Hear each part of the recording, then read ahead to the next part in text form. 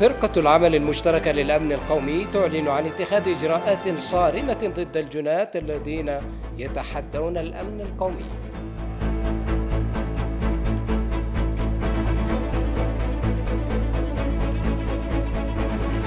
اجتماع بين الأقاليم الإثيوبية الواقعة في شرق وجنوب إثيوبيا لمناقشة العلاقات بين الحكومات الإقليمية.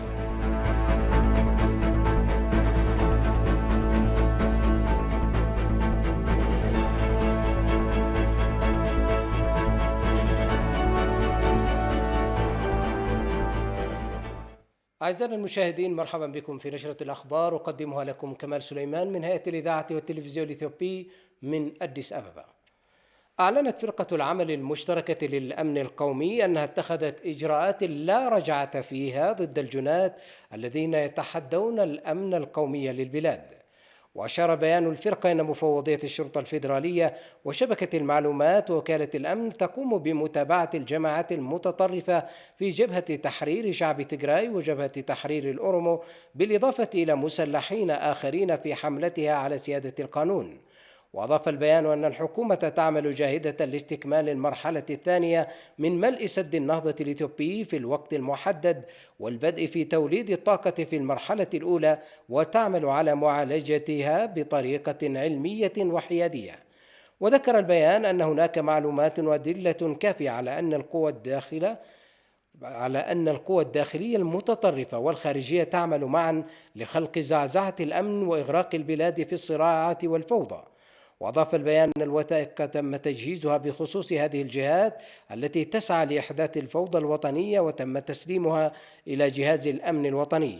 ونوه البيان إلى أن الحكومة تتابع تصرفات القوى المتطرفة بصبر، واتخذت إجراءات تصحيحية لرغبتها القوية في تحقيق الانتخابات الوطنية المقبلة بشكل حر وسلمي وديمقراطي ونزيه.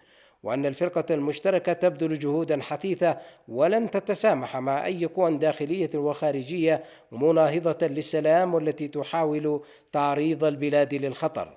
ودعت فرقة العمل المشتركة المجتمع إلى التعاون والإبلاغ والكشف عن أي تحركات مناوئة للسلام.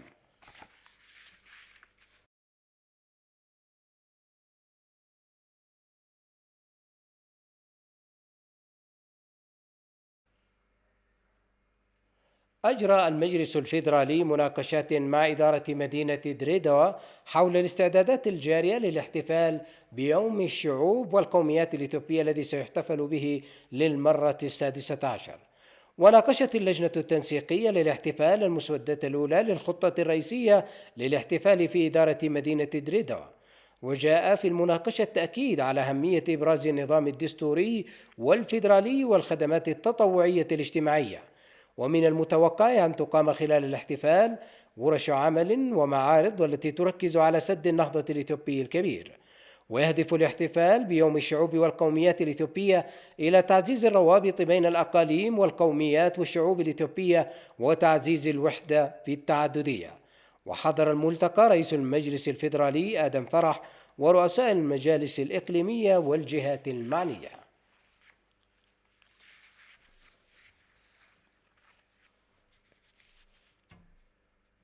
عقد اجتماع تشاوري في أديس أبابا للأقاليم الشرقية الجنوبية المجاورة في البلاد. وقال رئيس المجلس الفيدرالي آدم فرح الذي ترأس الاجتماع إن الإعلان الأخير حول العلاقات بين الأقاليم الإثيوبية له أهمية كبيرة من حيث تعزيز العلاقات المتبادلة والأخوة والسلام والازدهار المشترك. وذكر آدم أن المنتدى الاستشاري المماثل عقد للأقاليم الشمالية والغربية المجاورة في بحر دار تحت عنوان الجوار الجيد ازدهار لإثيوبيا. وقال إن عقد مشاورات واتفاقيات وتعاون مماثل بين الأقاليم المجاورة في شرق وجنوب إثيوبيا ينبع من طبيعة النظام الفيدرالي الذي تتبعه إثيوبيا، وهو ضروري لضمان صحة وكفاءة واستدامة النظام. وأشار إلى أنه لن يكون من الممكن بناء مجتمع اقتصادي وسياسي موحد يمثل رؤية الدستور ما لم تعمل الحكومات الإقليمية معا بشأن القضايا المشتركة. وقال إن الإعلان الأخير لتحديد نظام العلاقات بين الحكومات يعتقد أنه مفيد للغاية في تعزيز العلاقة بين الحكومة الفيدرالية والحكومات الإقليمية. ويشارك في المنتدى رؤساء كل من إقليم أوروميا وشعوب جنوب البلاد والصومال والعفر وهرري وغامبيلا وسيداما.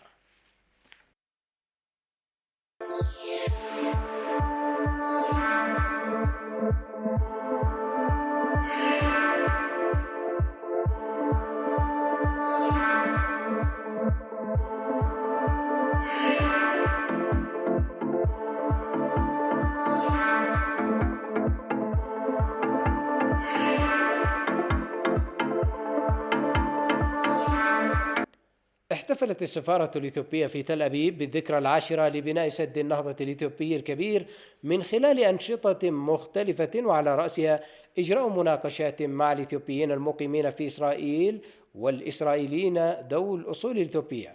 وخلال المناقشة أطلع السفير الإثيوبي في إسرائيل رد ألم الحضور حول التقدم المحرز في بناء السد، وقالت إن الإسرائيليين من أصول إثيوبية اشتروا سندات مالية لصالح السد بما قيمته لأكثر من $1,000,000 داعية إلى مواصلة هذا الدعم.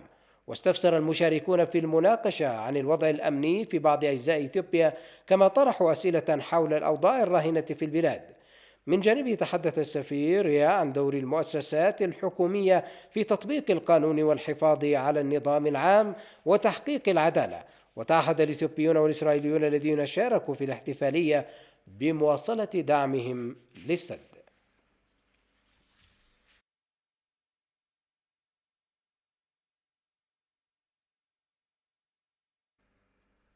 التقى السفير الإثيوبي لدى جنوب السودان السفير نبيل مهدي بوزيرة الدفاع الجنوب السوداني إنجيلا تيني، وناقشا القضايا الثنائية والإقليمية ذات الاهتمام المشترك. وأكد السفير التزام إثيوبيا بتنفيذ اتفاق سلام جنوب السودان وتحقيق السلام والازدهار الشامل لشعب جنوب السودان. كما شدد السفير على الحاجة إلى مضاعفة الجهود لربط البلدين بالبنية التحتية. كما أطلع السفير الوزير على الأوضاع الحالية في إثيوبيا، من بينها جهود إعادة تأهيل وتوفير الإغاثة في تيغراي ومفاوضات سد النهضة والنزاعات الحدودية بين إثيوبيا والسودان والانتخابات الوطنية الجارية في إثيوبيا. وفيما يتعلق بسد النهضة، سلط السفير الضوء على إيمان إثيوبيا القوي بالاستخدام العادل والمنصف للموارد الطبيعية العابرة للحدود، وأكد أن إثيوبيا حريصة على حل الخلاف مع دول المصب من خلال التفاوض تحت رعاية الاتحاد الإفريقي. وفيما يتعلق بالنزاع الحدودي بين إثيوبيا والسودان، أعرب عن التزام إثيوبيا الكامل بحل القضية سلميا على أساس الاتفاقات المبرمة. وفي هذا الصدد أشاد السفير بالمبادرة التي قدمها الرئيس سيلفا كير ميرديت للتوسط في الخلاف. من جانبها أعربت وزيرة الدفاع الجنوب السودانية إنجيلا تيني عن تقديرها لالتزام إثيوبيا طويل الأمد ودعمها لشعب جنوب السودان.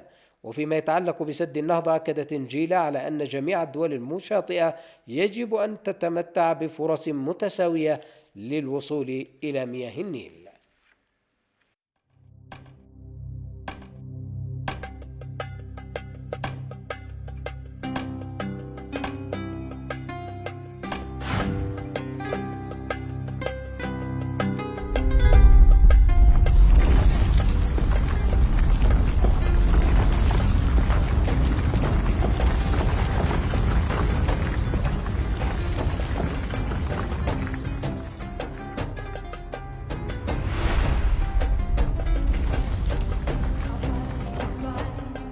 أنا أثيوبية وأنا متشوقة لأرى سد النهضة. أنا إفريقي وأنا أؤمن بالتضامن في استخدام الموارد المشتركة. والنقطة الثانية أنا بنستخدم الكهرباء في المواد الكهربائية لمحاربة الفقر والتخلف، وهذا هو هدفنا ليس أكثر من هذا. وأرجو أن تفهمونا جيدا، نحن لا نريد الضرر للآخرين وإنما نريد التعاون معكم.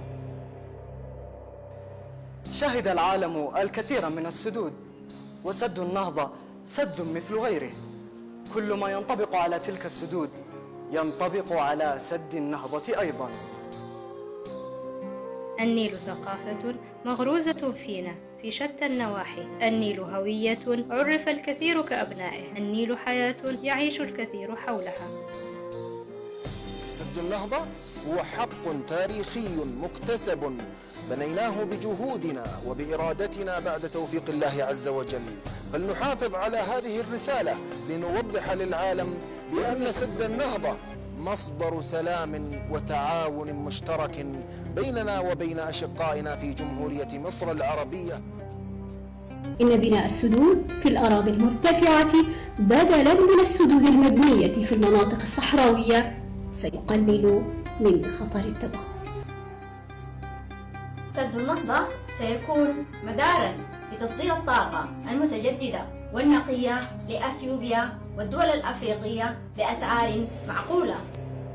لا يمكن أن نرضى ولا يمكن أن نقبل أن يعيش جل شعبنا في ظلام دامس، في فقر مدقع. أن سد النهضة سد تنموي وسد إيجابي لكل مناطق دول حوض النيل الشرقي، ونقول مبروك للسودان، مبروك لأثيوبيا، ومبروك أيضا للشعب المصري الذي لن يتضرر من هذا السد.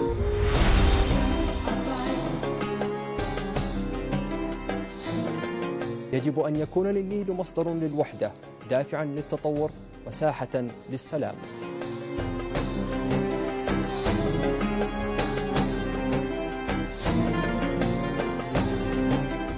إذن ماذا ننتظر؟ يدا بيد فلننتفع بهبة الله الثمينة بعدل وعقلانية.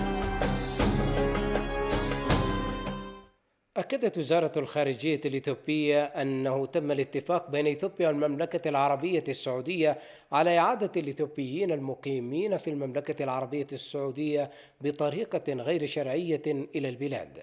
وقال مكتب المتحدث باسم الخارجية الإثيوبية إن سفير إثيوبيا لدى المملكة العربية السعودية لينشوباتي أجرى مناقشة حول القضية مع وزير الدولة للشؤون الإفريقية بوزارة الخارجية السعودية أحمد القطان، حيث تناولت المناقشات العلاقات الثنائية بين إثيوبيا والقضايا الإقليمية ووضع الإثيوبيين المقيمين في المملكة العربية السعودية. واتفق البلدان خلال الاجتماع على العمل سويا لإعادة الإثيوبيين المقيمين على الأراضي السعودية بطرق غير شرعية إلى إثيوبيا.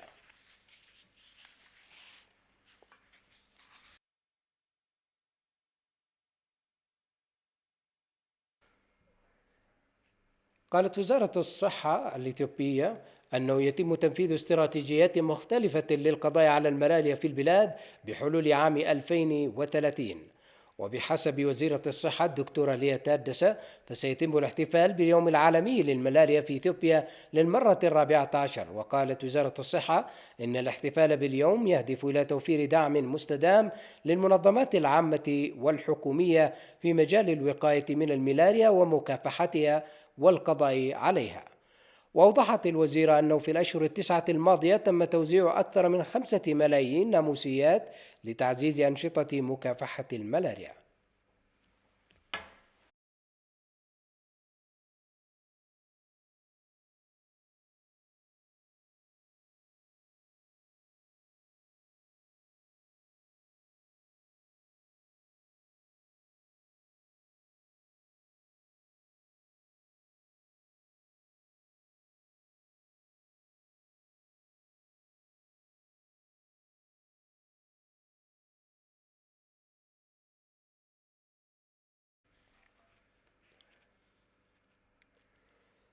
افتتح المعهد الوطني لحماية الحيوانات مصنعا حديثا لأدوية الحيوانات بلغت 1,100,000,000 بر. مارتا يامين بأن المصنع سينتج 12 دواء بيطريا مختلفا، وأنه ينتج ما يقرب من 91.17 مليون حبة دواء محليا.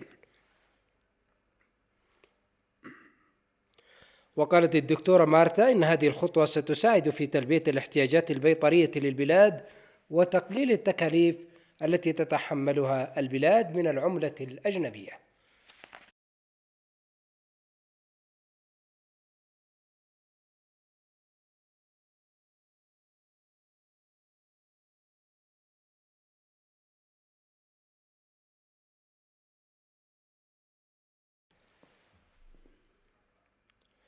إليكم تذكيرا لأبرز العناوين.